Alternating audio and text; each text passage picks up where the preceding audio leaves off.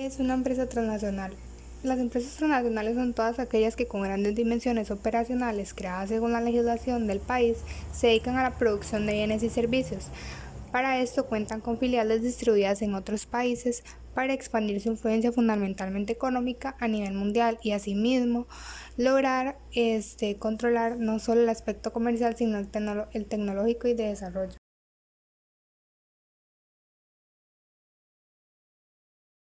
Chevron es una petrolera estadounidense antes llamada Texaco. El problema con Ecuador empezó por los daños ocasionados por sus actividades de extracción de crudo y gas en más de 1,5 millones de hectáreas del Amazonas ecuatoriana a partir de 1964. Se dice que fueron arrojados más de 60 billones de litros de residuos tóxicos y alrededor de 650.000 barriles de crudo en el suelo. Además, afecta ciertas áreas o pueblos indígenas en los cuales se presentan índices de incidencia de cáncer extraordinariamente altos y los pueblos que vivían ahí se extinguieron y otros corren ahora un similar peligro ya que tuvieron que huir a otras zonas. También cabe mencionar que después de tantos años y todas las demandas impuestas a dicha empresa, el problema aún no culmina, ya que se condenó a Chevron el pago de 9.500 millones de dólares en concepto de daños y prejuicios, pero ese se negó a pagar.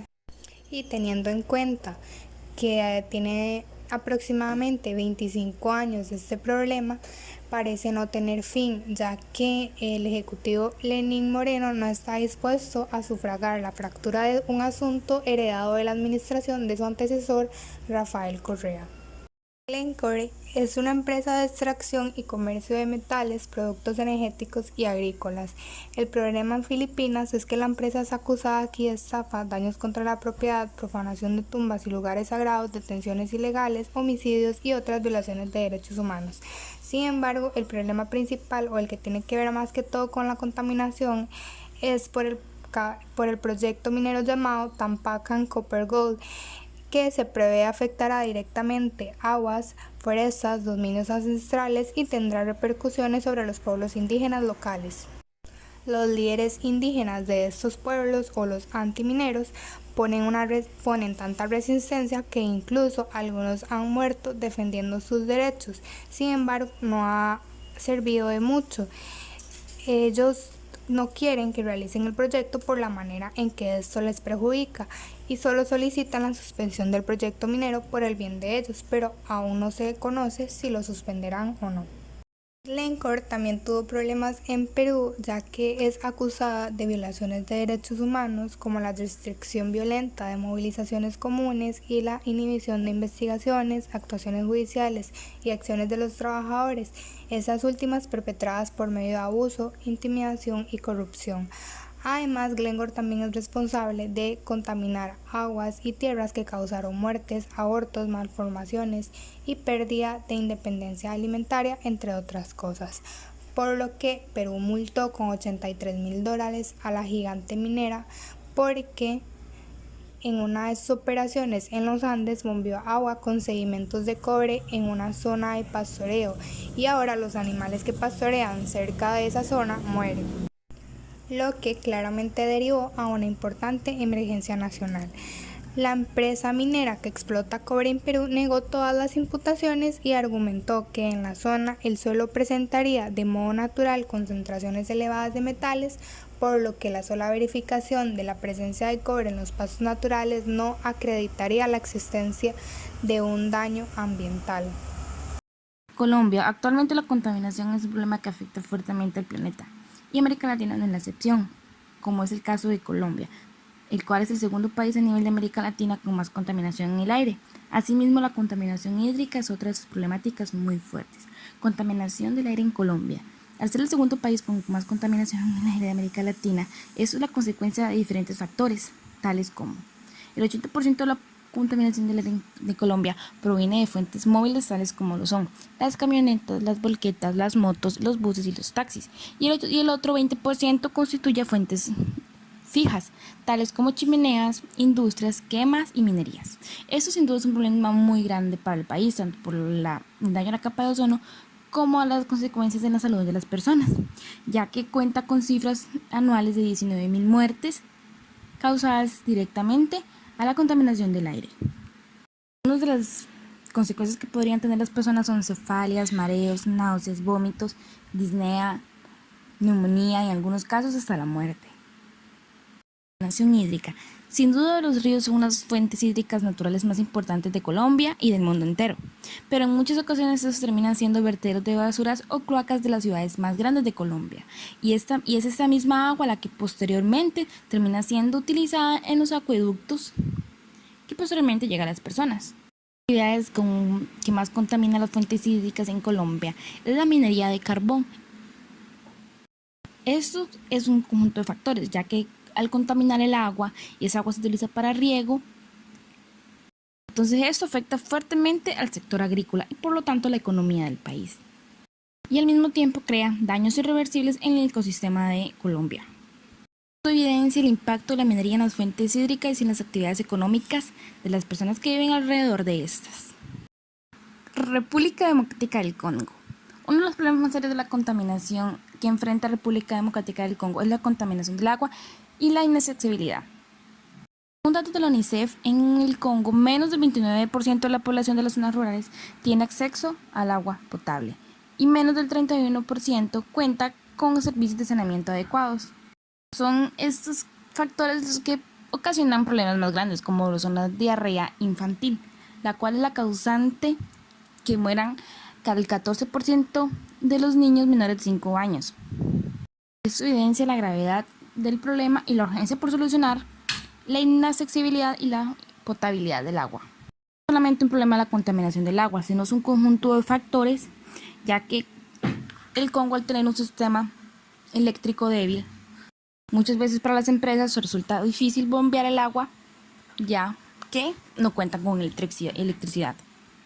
A nivel mundial existen organizaciones que buscan solucionar estos problemas, tales como lo son la UNICEF, que sería el Fondo Nacional de Naciones Unidas para la Infancia, la cual se encarga de la ayuda humanitaria y ha intentado de solucionar estos problemas en el Congo, con la implementación de pozos de perforación manual, que además de ser 5 veces más barato, ha dado cobertura a 200.000 personas de zonas rurales alejadas. Esperanza cada día más a las personas que viven en República del Congo a llegar a tener potabilidad y accesibilidad, una mayor accesibilidad al agua. Zambia. La contaminación de Zambia está ligada directamente a la minería, ya que es un gran exportador de la minería, siendo el país con más exportación de cobre y cobalto, eso a nivel de África. Posteriormente lleva a una fuerte contaminación de los suelos. En muchas décadas la minería ha sido el pilar de la economía en Zambia, pues constituye el 12% de su PIB y el 70% de sus ingresos por exportaciones. Ha traído fuertes consecuencias al país debido a los metales extraídos mediante la minería, como lo es el plomo.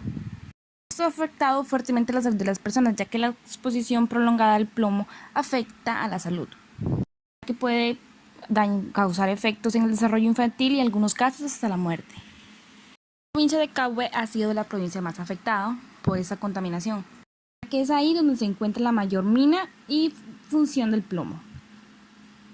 Que esta fábrica cerró hace años, sigue afectando fuertemente a las personas que viven ahí, por su contacto con la tierra, las plantas, el aire y el agua que quedó contaminada por la explotación del plomo en esa época, ya que siguen habiendo rastros en todos esos elementos. Y las personas siguen enfermando a causa de esto. Las personas más vulnerables son los niños, ya que al jugar con la tierra están en mayor exposición al plomo, ya que podrían ingerir polvo con partículas de metales. Los niveles de plomo en la sangre de las personas que viven en la ciudad de Kabwe es exagerado y sobrepasa el nivel normal. Son exageradamente altos, con cifras de 60 a 120 microgramos por decilitro.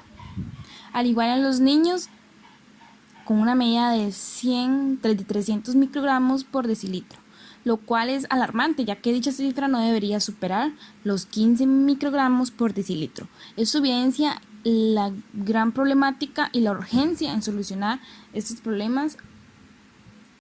Empresas acusadas de trabajo infantil en India y China.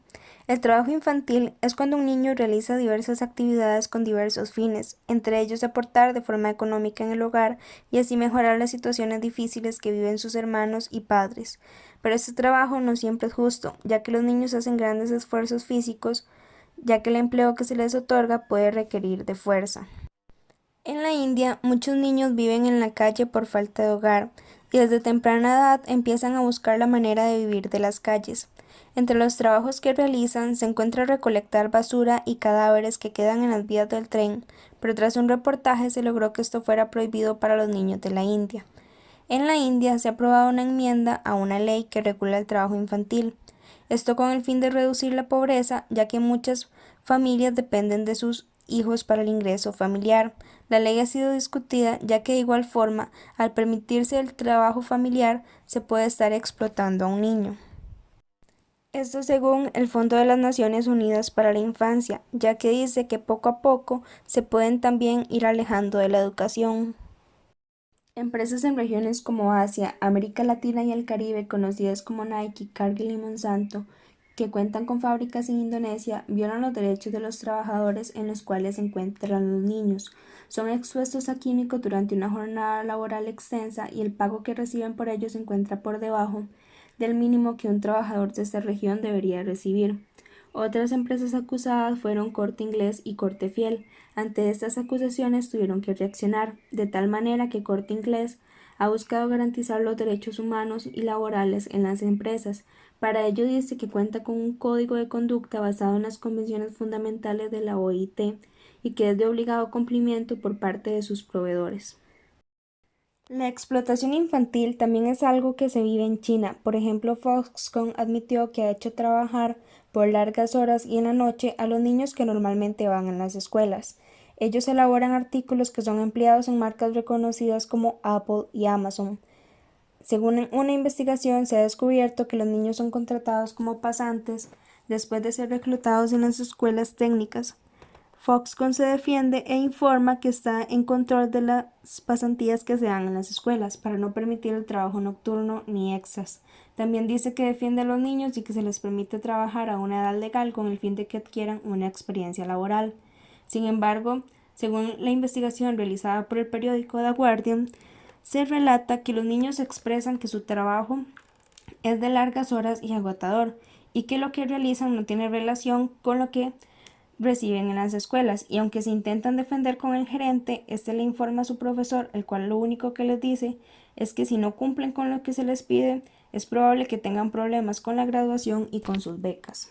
También empresas como Google, Tesla y Microsoft son demandadas como cómplices de trabajo forzoso, ya que conocen a las empresas y de dónde procede el cobalto que se utiliza en sus productos.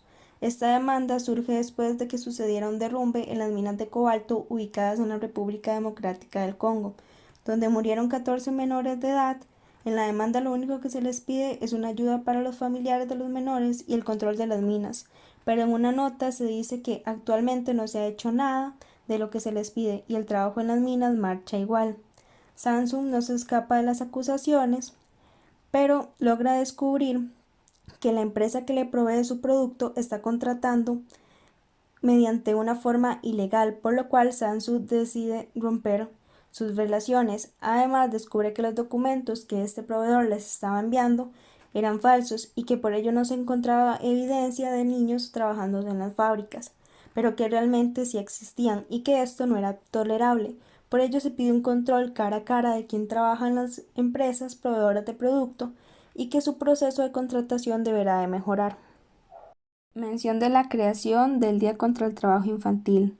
En el año 2002, la Organización Internacional de Trabajo lanzó el 12 de junio como el Día Mundial contra el Trabajo Infantil, con el fin de generar conciencia y así erradicar esta realidad. Para el 2015, los dirigentes mundiales adoptan los Objetivos de Desarrollo Sostenible. Con ellos se comprometen a no permitir el trabajo infantil y así acabar con la esclavitud que viven los niños que trabajan. En el 2019 se celebran 100 años de que la OIT lucha por buscar la justicia social y promover los trabajos decentes. y desde que se fundara en el año 1919 se escribió en la Constitución de la OIT proteger a los niños, y uno de los primeros convenios que se buscaban eran poner una edad mínima para que un niño trabaje en una industria. Pero actualmente se busca eliminar el trabajo infantil de todas formas, ya que un niño debería preocuparse por seguir sus sueños. Caso número 3. Caso de Uber Internacional. Uber es un medio de transporte público el cual se basa con la utilización de una aplicación por medio de un celular inteligente, en donde conecta al cliente con el socioconductor y así realiza la prestación de servicios.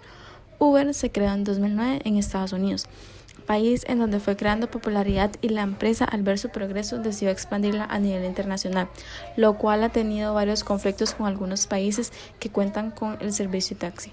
Aproximadamente la aplicación llega al suelo latinoamericano en el año 2015. Desde entonces ha batallado para que sea visto como un servicio de transporte público, lo cual ha llevado a debates entre los gobiernos y los taxistas oficiales del país, debido a que por la prestación de sus servicios se observan de manera desleal. Brasil fue el primer país latinoamericano en el cual se legaliza la aplicación Uber en el año 2018. La ley para su aceptación duró aproximadamente 2 años.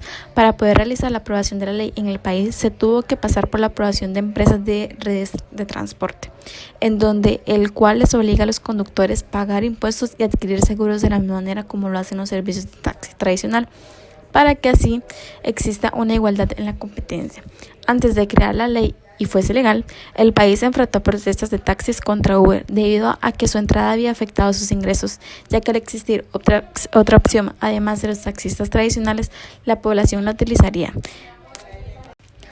Por otro lado, se encuentra Colombia, país en donde la aplicación tuvo que abandonar el país debido a que se le culpó de violar el Tratado de Libre Comercio con Estados Unidos. Se debe a un fallo de la Superintendencia de Industria y Comercio contra Uber.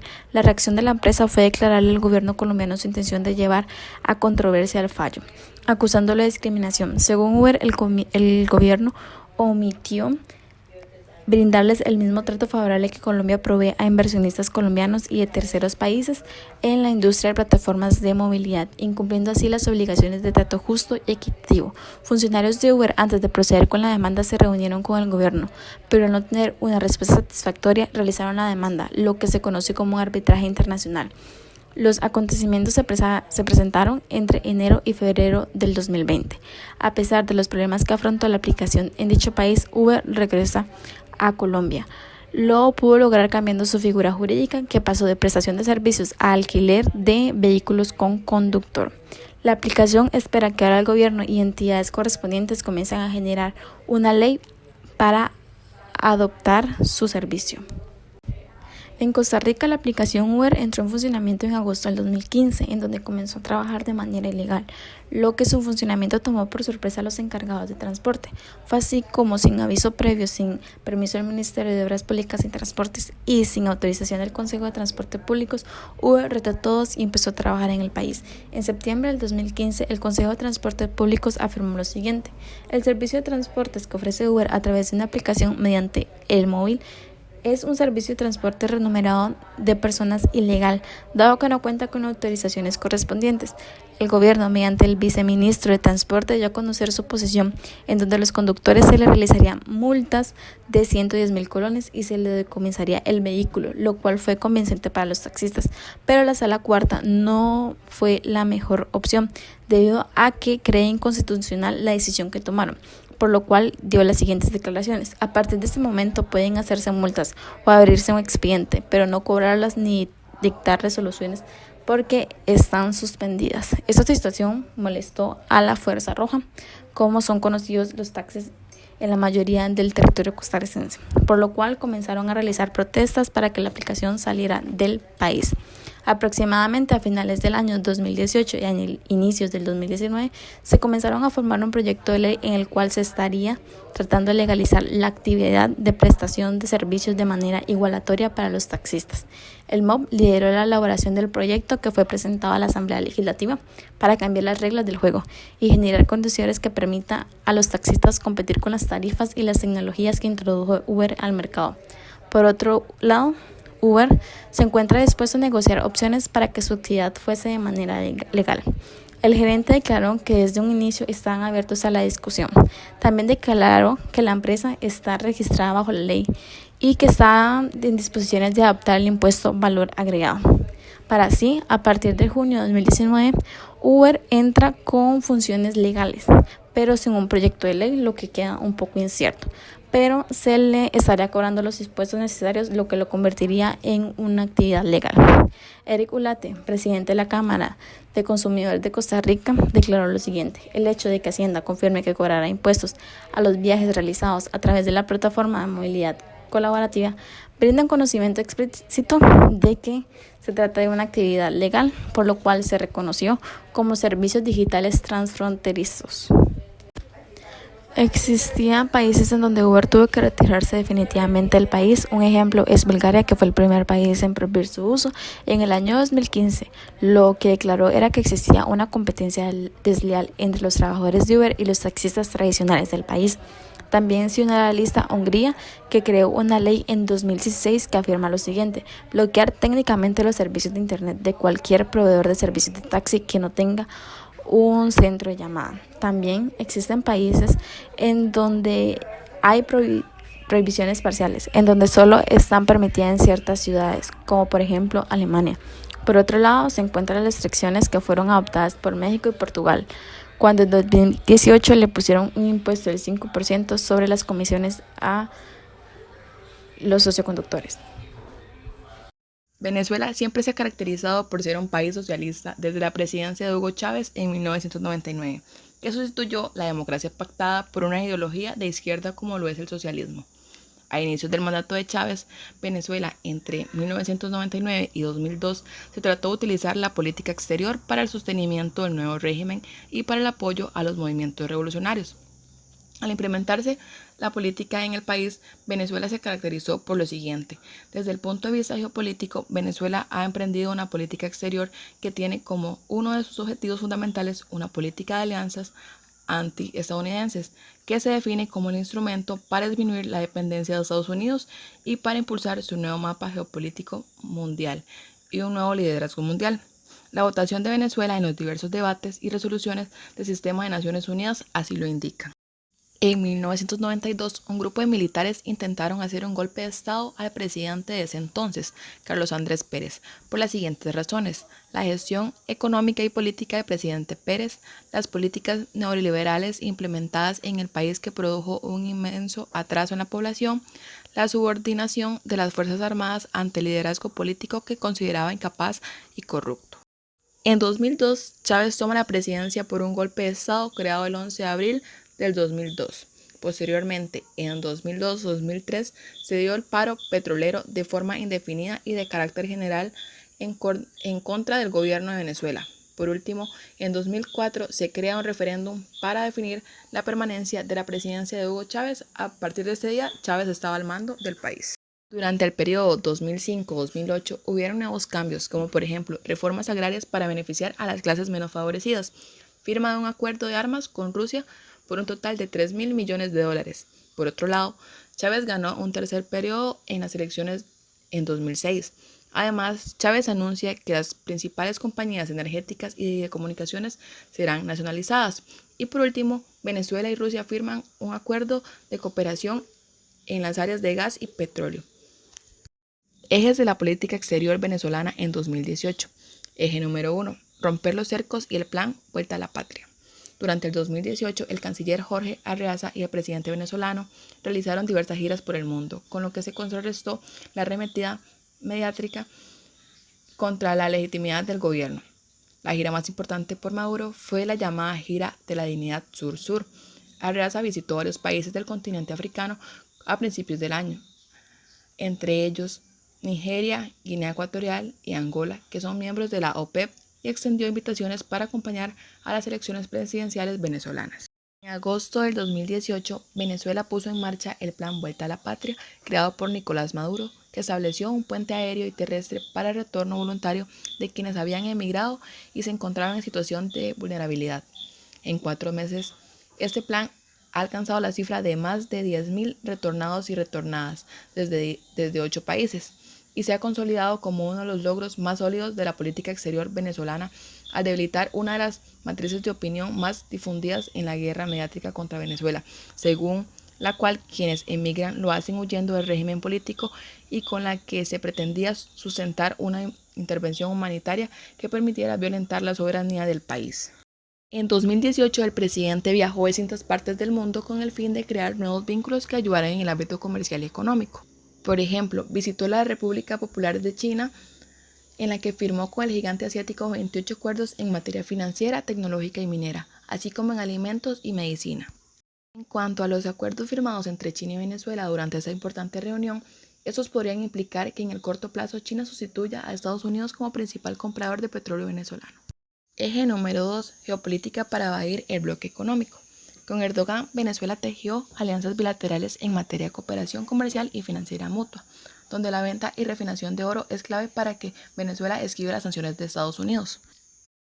Vale la pena destacar que cerca de 100 empresarios de Turquía manifestaron su intención de invertir en Venezuela en las áreas de salud, ganadería, energía y transporte. El broche de oro de esta visita fue la relación del presidente turco, quien a finales del año viajó a Venezuela y ratificó los acuerdos hechos en Estambul. Finalmente, la visita del presidente venezolano a su par ruso Vladimir Putin justo después del G20 para ratificar acuerdos comerciales y militares. Eje número 3. Alianzas militares para la defensa de la soberanía nacional.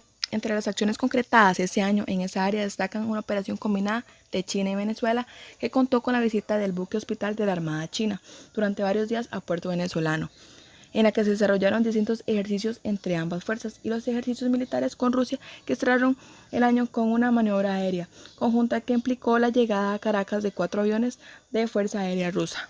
Ambas encendieron las alarmas de Estados Unidos y sus aliados regionales, dada la importancia geopolítica de esas operaciones y el papel disuasivo que tienen para contener los planes de intervención directa contra Venezuela.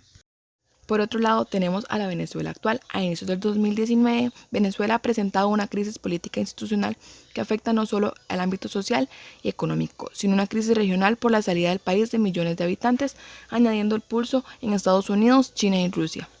Esta crisis pone a prueba el poder hegemónico de Estados Unidos en el mundo, al intervenir en los equilibrios de toda América Latina, añadiendo que su política exterior se basa en la defensa de los derechos humanos y valores democráticos. Pero esta crisis la podemos nombrar como una crisis multifacética. Esta presenta consecuencias como las siguientes. 1. Como se mencionó anteriormente, la inmigración de millones de venezolanos a distintos países sudamericanos, la mayoría de las veces ya que no pueden ir a Estados Unidos o a Europa. La mayor parte de los inmigrantes se concentra en Colombia y ahí se desplazan por toda la región. Número 2. La hiperinflación que afecta a la economía del país, ya que los precios suben aceleradamente y esto implica que las personas no retengan el dinero, porque la pérdida del valor es constante, entonces prefieren quedarse con sus mercancías en lugar de tener dinero. Número 3. El desabastecimiento de alimentos y medicamentos. Número 4. Caída del PIB y empobrecimiento. Número 5. A nivel empresarial, muchas empresas cierran por la crisis que se vive, añadiendo que este país no cuenta con una seguridad jurídica, por lo cual no habrá la misma inversión extranjera directa que antes en el país, ya que no es seguro para invertir. Número 6. Por último, los efectos políticos y geopolíticos que supone la existencia de dos líderes como lo son Nicolás Maduro y Juan Guaidó, que son los presidentes legítimos del país.